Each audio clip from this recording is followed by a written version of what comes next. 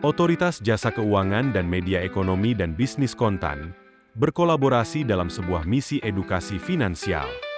Mereka menargetkan literasi keuangan pada anak-anak sekolah, khususnya di SMA Sang Timur Kemanggisan, Jakarta Barat.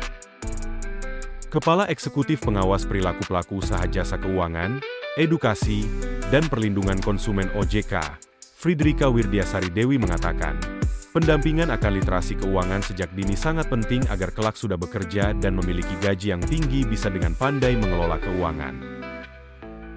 OJK berharap nantinya, literasi keuangan bisa masuk ke dalam kurikulum sekolah. OJK sudah memiliki program Gerakan Nasional Cerdas Keuangan. Program ini bekerja sama dengan Kementerian Keuangan, Bank Indonesia, pelaku industri keuangan, dan juga media. Lalu, apakah OJK saat ini sudah memiliki panduan literasi untuk anak sekolah terkait produk finansial yang aman? Berikut, wawancara Kepala Eksekutif Pengawas Perilaku Pelaku Usaha Jasa Keuangan, Edukasi, dan Perlindungan Konsumen OJK, Friederika Wirdiasari Dewi, atau yang biasa disapa Bu Kiki kepada Kontan. Pertama, terima kasih diundang di Kontan TV ya. Kebetulan interest kita sama untuk memberikan edukasi dan literasi kepada masyarakat, terutama kepada generasi muda.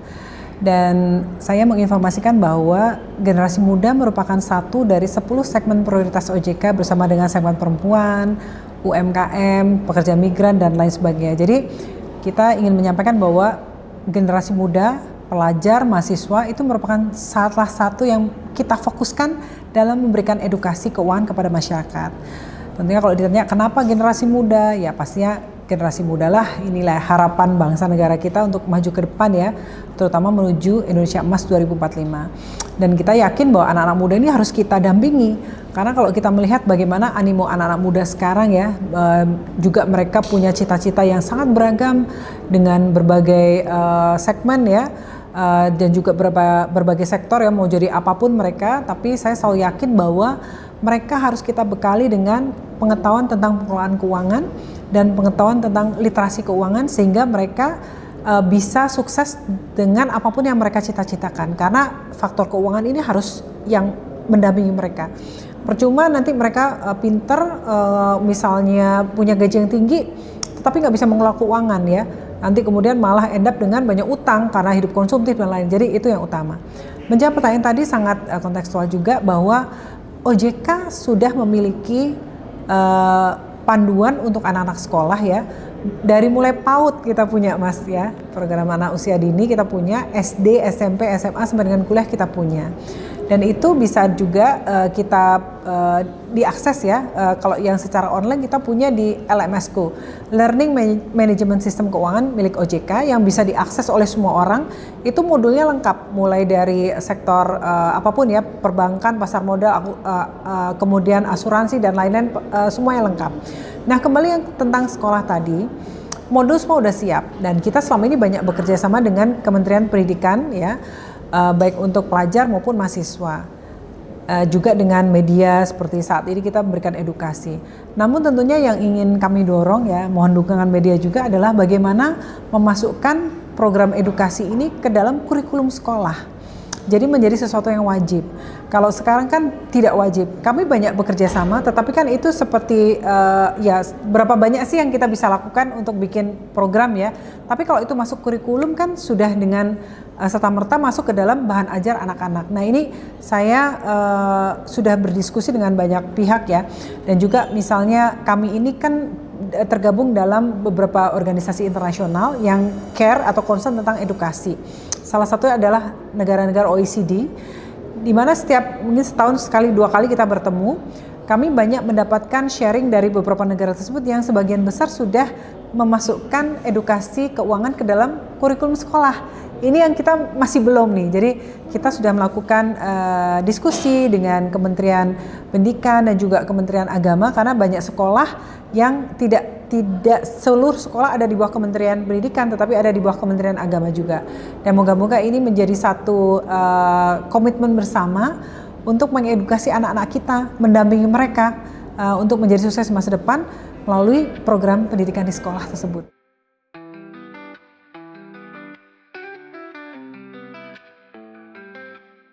kita punya satu program besar namanya Gerakan Nasional Cerdas Keuangan, Gencarkan. Nah, Gencarkan ini kita mengorkestrasi seluruh stakeholder di sektor jasa keuangan, baik pelaku jasa keuangan, pelaku usaha jasa keuangan, kemudian kita bekerja sama dengan regulator lain ya, kemudian seperti kita bekerja sama dengan Bank Indonesia, dengan Kementerian Keuangan dan lain-lain, dengan media juga ya, karena kita harus selalu kerjakan bersama-sama untuk memberikan edukasi kepada masyarakat. Melalui program Gencarkan ini, kita tadi saya sampaikan mengorkestrasi kegiatan edukasi ini kepada seluruh masyarakat Indonesia. Jadi yang kita lakukan, Mas, kita melakukan mapping terhadap bagaimana seluruh wilayah Indonesia, mana yang masih kurang kegiatan edukasi, mana yang masih kurang kegiatan inklusinya ya, seperti itu. Dan itu yang kita fokuskan. Jadi kalau dulu sebelum kita orkestrasikan, pertama tentu secara kuantitas ya, mungkin tidak sebanyak yang kalau kita dorong untuk lakukan ya. Yang kedua, kalau kita tidak arahkan, akan ada daerah-daerah tertentu yang banyak sekali mendapatkan program edukasi, ada daerah lain yang jarang sekali mendapat program edukasi, bahkan ada yang belum pernah begitu. Jadi setelah kita lakukan mapping, seperti daerah di wilayah Indonesia Timur itu masih banyak yang belum pernah mendapatkan kegiatan edukasi. Nah, dari situ kita dorong, kita mapping supaya ayo nih sama-sama kita keroyok bareng, jangan daerah-daerah itu aja. Makanya kita sebarkan secara meluas dan merata. Dan di tahun ini kita sudah melakukan lebih dari 15.000 kegiatan ya, yang menjangkau masyarakat Indonesia secara sangat luas, baik secara offline maupun online gitu. Dan saya rasa media memegang peranan yang sangat penting, peranan kunci dalam mengedukasi masyarakat. Saya contohkan apa yang kami lakukan beberapa tahun lalu ya, mungkin kembali 15 tahun lalu ketika kami waktu itu sebagai salah satu regulator di pasar modal ya, itu kita melakukan edukasi kepada anak-anak SMA. Pada saat itu orang skeptik mengatakan, untuk apa edukasi kepada anak SMA, masih jauh banget gitu ya, mereka belum kuliah, belum punya penghasilan, buat apa. Tapi kami yakin itu seperti menanam benih begitu ya, menanam benih baik yang suatu saat kita akan tuai. Dan kita bisa melihat sekarang jumlah investor di pasar modal sudah 15 juta lebih ya. Kemudian dan itu banyak didominasi oleh generasi milenial misalnya, yang itu kemudian sekarang Gen Z juga sudah mulai banyak. Jadi itu harus kita kerjakan bersama. Jadi setiap pihak melakukan doing his or her part gitu. Kami misalnya dulu ketika waktu itu di bursa misalnya, contohnya ya, satu lot 500 lembar saham. Buat anak-anak muda nggak affordable gitu. Jadi dibikin satu lot 100 misalnya gitu, lebih affordable. Kemudian edukasi yang masif dan merata. Itu bisa dilakukan oleh misalnya pihak bursa dan kemudian regulator OJK saat ini melakukan, kita terus mengencarkan, kita terus mendorong ya, melakukan edukasi secara masif dan merata kepada masyarakat. Media ini sesuatu yang sangat powerful ya untuk menyampaikan, menyiarkan kepada masyarakat kita tentang pentingnya investasi. Kebayang ya, anak-anak di sekitar kita ini kalau gak kita dampingi, mereka bisa terjerumus kepada pinjol ilegal, perilaku yang konsumtif ya, ada fenomena FOMO, YOLO dan lain-lain yang itu kasihan. Mereka kalau gak kita dampingin akan terjerumus begitu ya.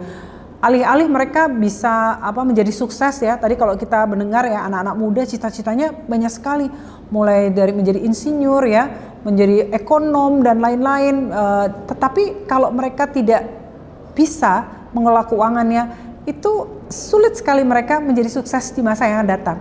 Banyak sekali contoh-contoh mereka yang memiliki pekerjaan, memiliki penghasilan, tapi bukan menjadi orang yang sukses dan bahagia, tetapi mereka berujung atau berakhir dengan utang begitu ya, karena perilaku konsumtif, membeli barang yang tidak mesti dibeli, tidak mengerti kalau mau inklusi keuangan, akses keuangan mana yang harus mereka gunakan, keliru dan lain-lain, yang akhirnya terjebak. Jadi saya rasa ini merupakan tanggung jawab kita semua untuk bersama-sama kita mendampingi generasi muda kita untuk bisa menyiapkan masa depan mereka, yang tadi tagline-nya invest in you, luar biasa.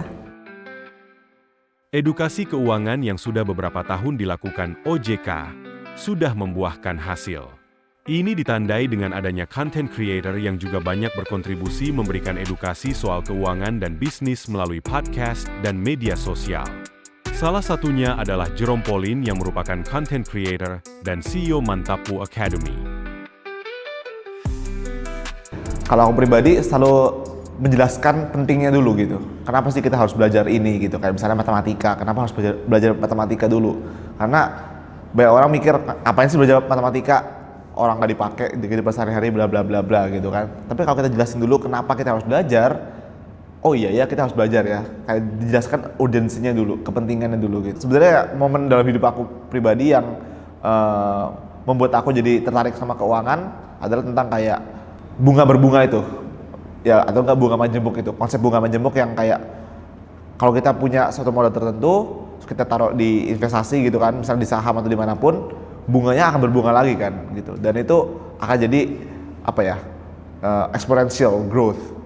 Ya misalnya, contohnya kalau di matematika konsep menariknya 1 kali 2 ya kan, 2 kali 2 lagi 4 kali 2 8 kali 2 16 gitu kan. Kelihatannya misalnya dalam kali 2 itu dalam setahun gitu kan.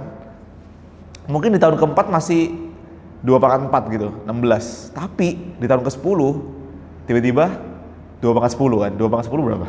1024. Wah, benar juga ya. Kalau misalnya aku mulai investasi dari sekarang, artinya waktunya untuk melipat gandakan jauh lebih banyak. Banyak orang masih belum bisa ngerti matematika, konsep dasarnya gitu. Jadi keuangan itu menurut aku kan pakai matematika juga, dan itu satu level lagi di atasnya matematika. Jadi matematika dulu nih harus bisa. Kalau matematika udah bisa, baru bisa memahami keuangan itu gitu. Aku juga masih semangat-semangatnya gitu kan, masih banyak yang mau dikerjain. Jadi aku investasi ke bisnis. Kayak contohnya aku bikin bimbel Mantapo Academy, itu kan investing di bisnis. Aku juga jadi passive investor juga di beberapa bisnis. Ada yang F&B, ada FMCG, ada beberapa sih. Itu. Terus ya kalau misalnya kripto juga ada, saham juga ada, obligasi juga ada, diversifikasi, iya, emas ada. Tapi kalau aku pribadi sih mikirnya adalah emang investasi yang paling benar itu adalah investasi di sini, ya kan, dari leher ke atas itu investasi yang paling besar returnnya gitu. Oke, kalau misalnya investasi kita taruh di saham, taruh di emas, harganya fluktuatif dan sebagainya. Tapi kalau kita taruh di otak kita itu nggak bakal hilang, dan dari otak kita itu kita bisa develop skill, develop something yang mungkin bisa bikin revenue gitu, bikin profit, bikin income baru, ya kan. Jadi income streamnya bisa banyak. Kenapa bisa ngajar matematika? Karena saya punya skillnya, saya punya ilmunya matematikanya bisa saya ajarkan gitu.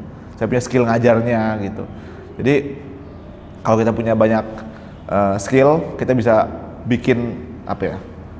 Income stream yang banyak, dan itu sih yang penting menurut saya gitu. Karena investasi pun menurut saya kalau mau berhasil di investasi atau mau ya istilahnya kaya raya dari investasi itu kan butuh modal yang besar. Kalau sekarang PR-nya apalagi untuk anak-anak SMA yang masih muda-muda, ya bagaimana kita bisa perbesar dulu modalnya. Gimana cara perbesar modal? Ya kita harus punya revenue stream yang banyak gitu, nggak cuma satu, nggak cuma mungkin dari main job kita, tapi ada banyak side job yang kita bisa lakukan, dan side job yang kita lakukan itu kan sangat berhubungan dengan skill kita. Aku belajar, aku tuh nggak boleh gampang percaya sama iklan-iklan soal kayak pekerjaan-pekerjaan online, terus juga kayak pinjol, lalu juga judi online. Terus ada juga Kak Jerome sempat bilang kalau kita mau jadi version yang lebih baik, kita harus punya target kita dulu supaya kita tahu arah hidup kita tuh kemana gitu loh. Terus kalau misalkan emang kita masih gagal, kita masih stuck di satu tempat itu, kita jangan langsung putus asa dan semacamnya, melainkan kita harus sadar, cari dulu kesalahan kita di mana, terus coba ngeperbaikin jadi lebih baik gitu loh. Sebenarnya aku lagi suka banget, bukan suka banget sih, tapi kepengen investasi properti di masa depan. Sebenarnya karena masih kelas 10 juga, aku masih belajar dikit-dikit jadi kurang ngerti juga. Tapi untuk saat ini investasi properti aja.